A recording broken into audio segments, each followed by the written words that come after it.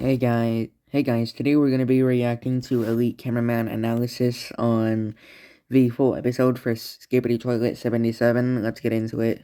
Hello everyone, Elite Cameraman here. After waiting for 3 whole weeks, we finally received the infamous full version of episode 77, and it did not disappoint. This episode legit had 8 minutes of extra runtime, which was not in the original part. And by the way, in my opinion, this has to be arguably the best episode of Skippity.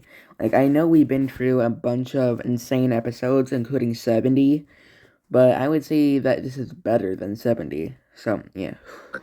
And it added a lot of context to the events that's been happening while showing us some of the coolest scenes ever. But with all this aside, we also got the worst ending possible. Karma really got the TV race, and this might be the start of their downfall. We are, of course, going to go into a lot more detail later in the episode, but before we do all that, make sure to like this video and subscribe, because this time I got some secret stuff most of you probably didn't notice, and that's not all. Alongside this, the secret agent may have shown me some additional info on one of the secret scenes since the quality degraded a little thanks to YouTube compressing the footage. Anyways, here we go. The full episode instantly starts with some additional footage, and if you've been watching my videos, you'd know that these were leaked last week.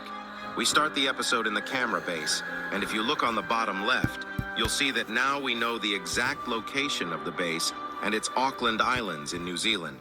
This honestly was a nice addition from Boom this episode. It truly shows the global effects of the Skibidi invasion. The beginning of the clip is pretty normal until the POV cameraman turns to his right, and we see a bunch of toilets coming in. If you watch carefully, you can see some Strider scientist toilets talking to 2 cameramen with different suit colors on the left, who might be other scientist cameramen, while a flaming wheelchair cameraman is driving inside. But he is not the only flaming character in this part, because right behind him, the Ghost Rider toilet shows up with his motorcycle. Bro is I didn't even notice that. A Ghost Rider toilet. That's crazy.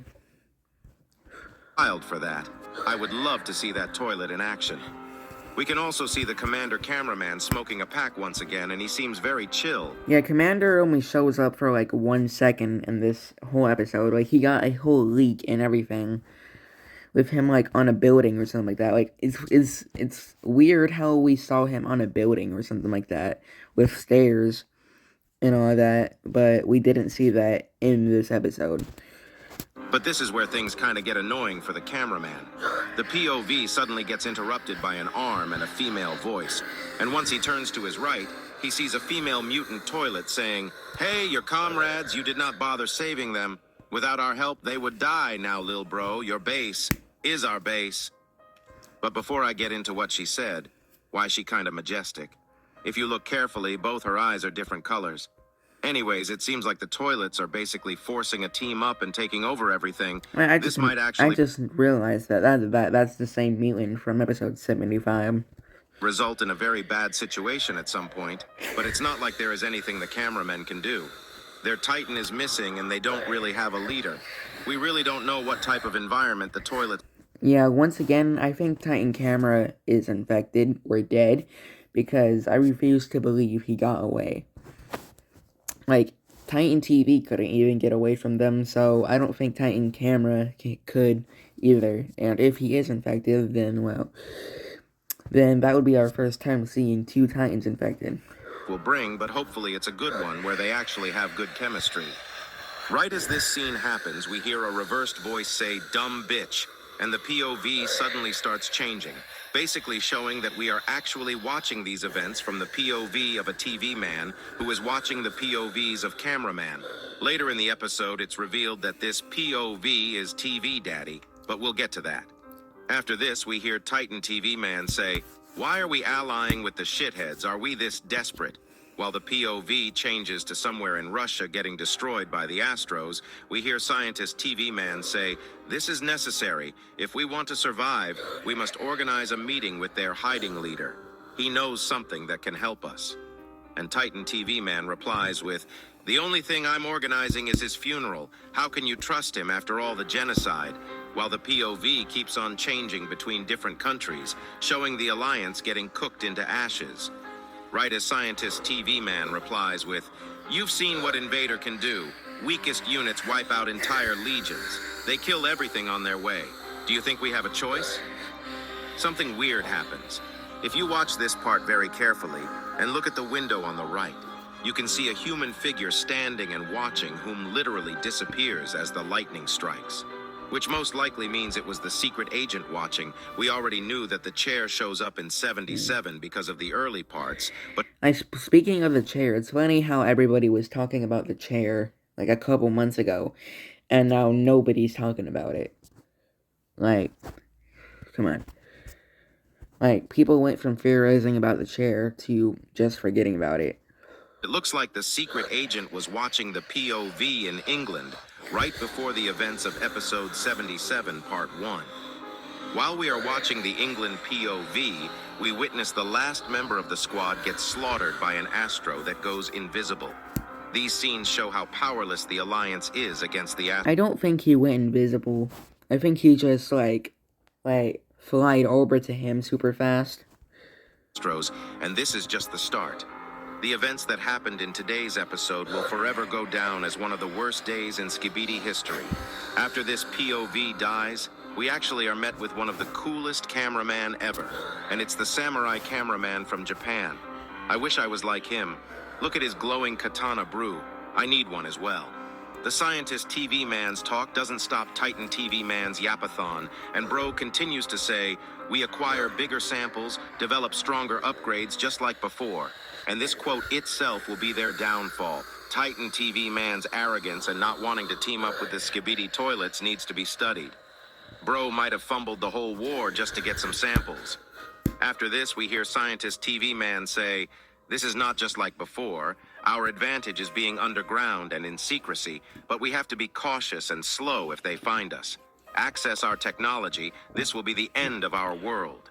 Which Titan TV Man responds with, our world has already ended, it's theirs now. Watching this scene was actually chilling. Here you go, listen to the dialogue reversed. And I gotta agree with both sides here, but at the end of the day, we saw how bad Titan TV Man's decision was, which we'll get to soon. We're gonna skip past this part since we heard it in the episode. One of the extra short videos Boom made between parts start, but there are actually some slight differences. Immediately, if you check the place next to Titan TV Man and compare, you won't be able to see the large TV man standing in the platform in the shorts version. But that's not all, because Boom actually changed the dialogue to make it make more sense with the new beginning of the episode. Instead of hearing Scientist TV Man say, before fighting, we need better samples to develop upgrades, and be cocky, this time we hear him say, better safe than sorry, I learned it the hard way. I really wonder the story of Scientist TV Man after this episode, because later on in the episode we get some more info on him. Yeah, he's really the only scientist of any race who's gotten any lore to him. Boom also changed Titan TV Man's voice line from, by staying here we are not getting anything worthy, to soon no place will be safe, showcasing his urgency to progress. With this scene, and I never thought about this, but the TVs only have one scientist, just how they only have one large TV. Original parts we've seen before the full episode came out. And from what I can understand, not much is different in these scenes, but what we witnessed in the new scenes left me speechless. As you guys already know, we left with Titan TV Man almost dying and G-Daddy luring Astro Juggernaut away to fight with him. The new scene starts with a camera scanner coming right before the Astros teleport in. And if you slow down the video and watch the camera scanner carefully, it actually takes some damage because of the shockwave. That's just wild. If the scanner didn't teleport, rest in peace to the little camera scanner, I guess.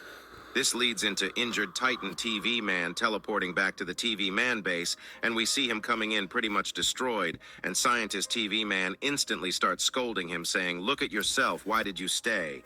And Titan TV Man says, you needed samples, I brought you samples. This blood legit said So he wanted samples and he got them, but at what cost? If you pay attention, you can actually see the gates slowly turning red behind Titan TV Man. yeah, it's scary that the Astros have already somehow gotten some of the TV technology.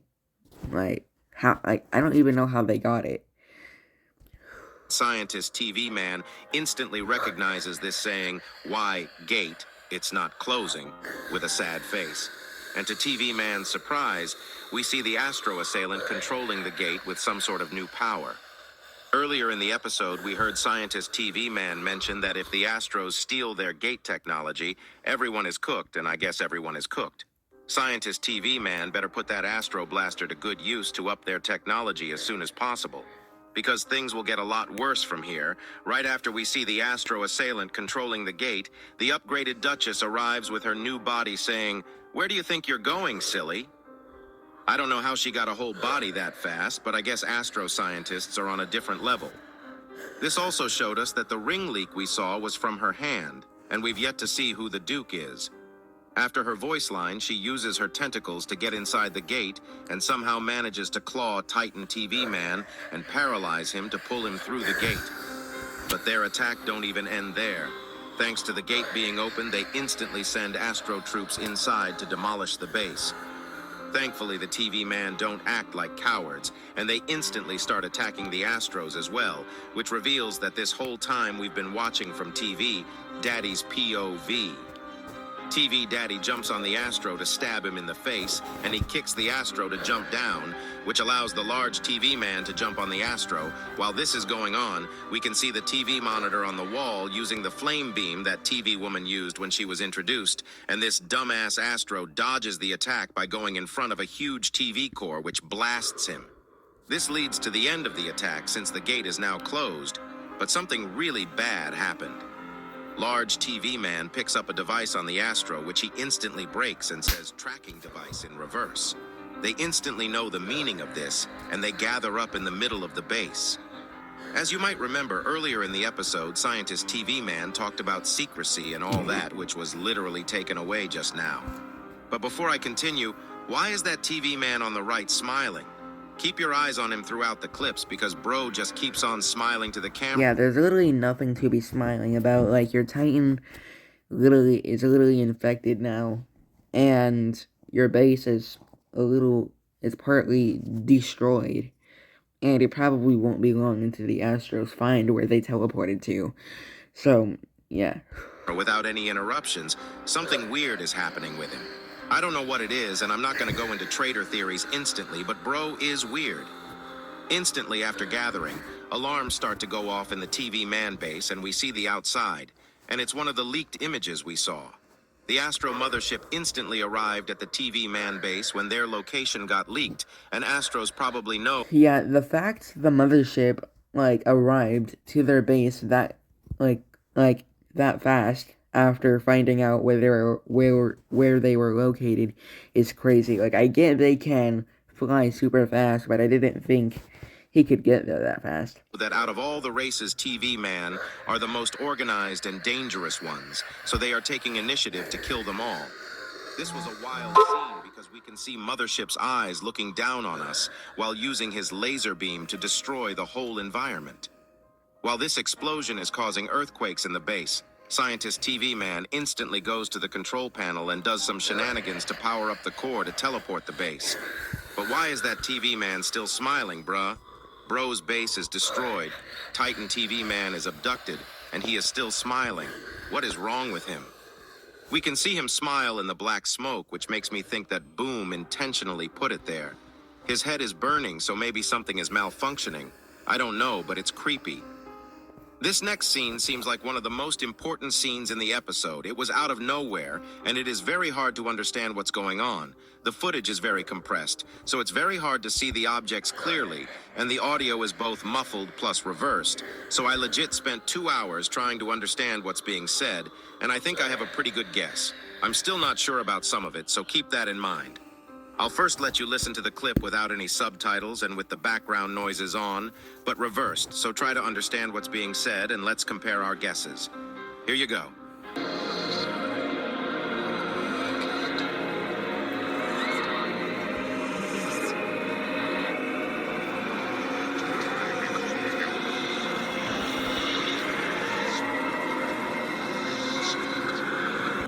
Now that you've listened to it once, I'll get on with my theory.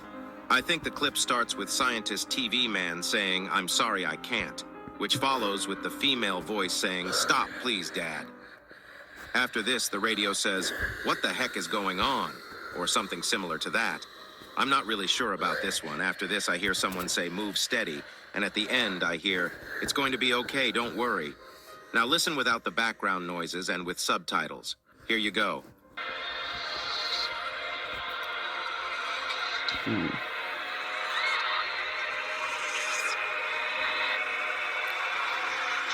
We're going to die because of you.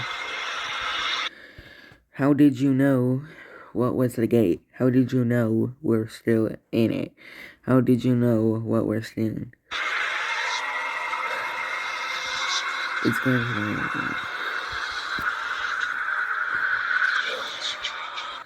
so strange. In our system, it's an old signal. It was in our system. I don't know what you guys think, but I think that fits overall. It still might be wrong since it's not been confirmed by Boom, but the first parts align with the environment. Because right when the clip starts, if you look closely to the right side, you can see an image of the scientist TV man holding something black, while another smaller person is next to him. I think because of the voice lines of the female character, Yep, that's his daughter, alright. And from the sounds of it, it sounds like his daughter died, is either dead, or something else happened to her. can assume that that's his daughter. But who is she? There seems to be only two options. She is either TV Woman and he is my father-in-law, or his... I mean, it would kind of make sense if TV Woman was his daughter and all that, but I don't think she is. Like, I would like I like the idea of TV Woman being his daughter, but I don't think she is. So, yeah. But I could be wrong, but if she is, then it's probably going to get confirmed really soon. His daughter died in some tragic accident. Alongside this, we can also see a TV head on the left, but the real question... I really hope somebody asked Boom, like, if what TV scientist's daughter's name was and how she died, something like that. Is what was happening here. The whole lab window is destroyed, and we can see the teleport gate effects in the background. Did some experiment go wrong? Why did they turn into hardware heads? These are all unanswered questions, and Boom is slowly introducing more mysteries like this into the series. And it doesn't end there, because later in the clip, when the scientist turns to the camera, we can see that he has the same badge as the scientist TV man, but it's a little different. Instead of a TV head on it, there are some words which are literally unreadable thanks to YouTube. Thankfully, the secret agent came in clutch and he sent me a secret image of this scene, which includes the name tag. It's still a little hard to read, but it either says Ayakuma or Ayakuna as his name, and if you Google it, Akuma means demon and Ayakuna means a diplomat to the core, ensuring peace and creating balance for all involved parties.